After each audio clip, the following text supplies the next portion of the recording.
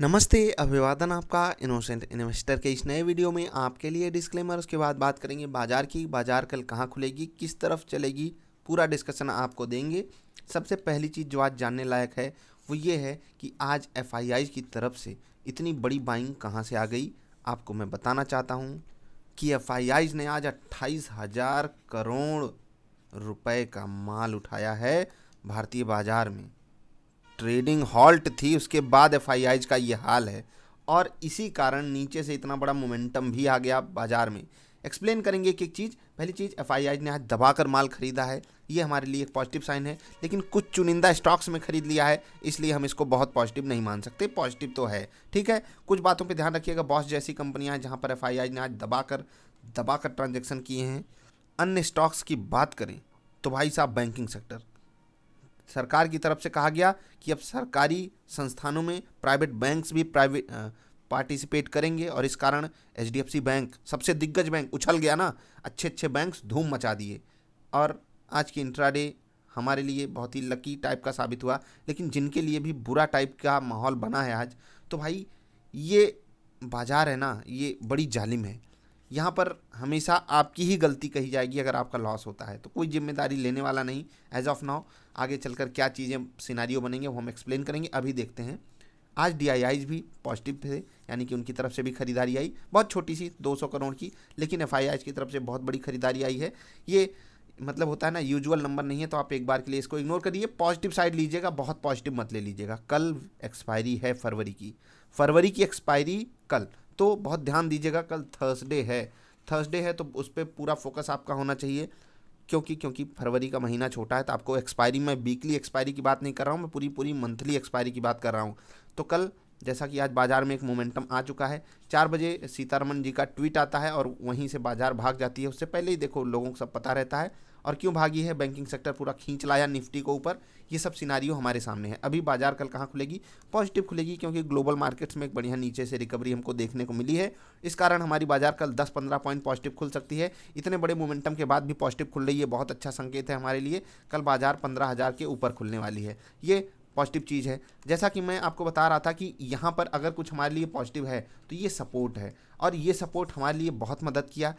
चलो, positive news भी आ गई, सरकार की तरफ से भी आई, ग्लोबल मार्केट्स से भी आई, तो इसलिए हमको यहाँ पर सपोर्ट मिल गया। अब जो एनएससी की टेक्निकल ग्लिच थी उस पर मैंने अपना पॉइंट ऑफ व्यू रखा है, वो वीडियो आप ज़रूर जाकर देखिएगा।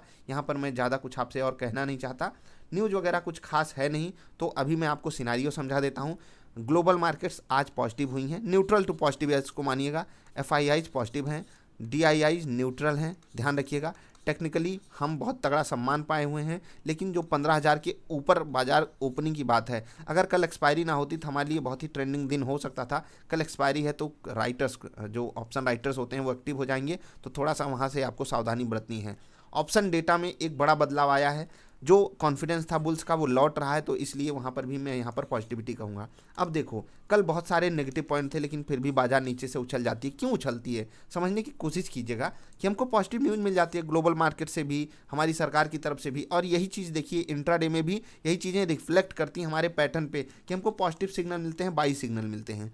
कल जैसा सिनारियो बने, थोड़ा सा आपको अलर्ट मूड में ही रहना है। अलर्ट मूड तो वैसे हमेशा रखना चाहिए इंट्राडे में।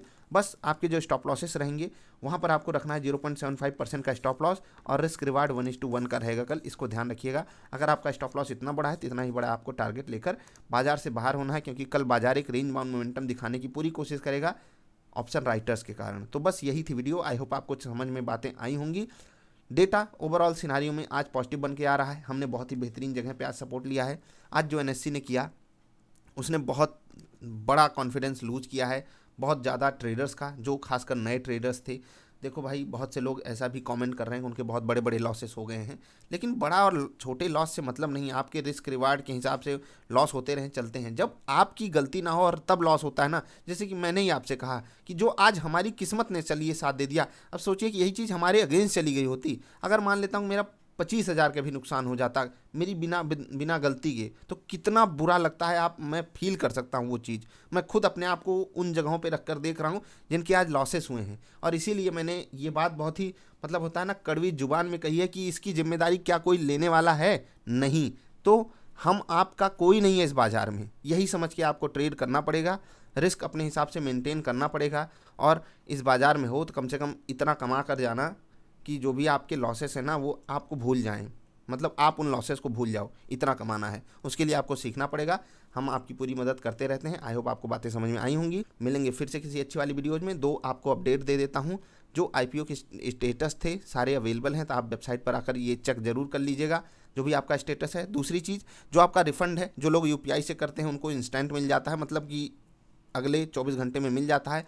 जो लोग आसपास से करते हैं उनको भी मिल जाता है। अगर आपको नहीं मिलता है तो एक टाइम फ्रेम दिया जाता है 7 से 8 दिन का, उस बीच आपको रिफंड मिल ही जाता है। तो वहाँ पर आपको पैनिक होने की ज़रूरत नहीं है, आपका पैसा आपको मिल जाएगा या तो आपको शेयर्स मिल जाएंगे। आई होप आपको समझ में आ गई होगी बात। मिलेंगे फिर से, तब तक के लिए नमस्कार।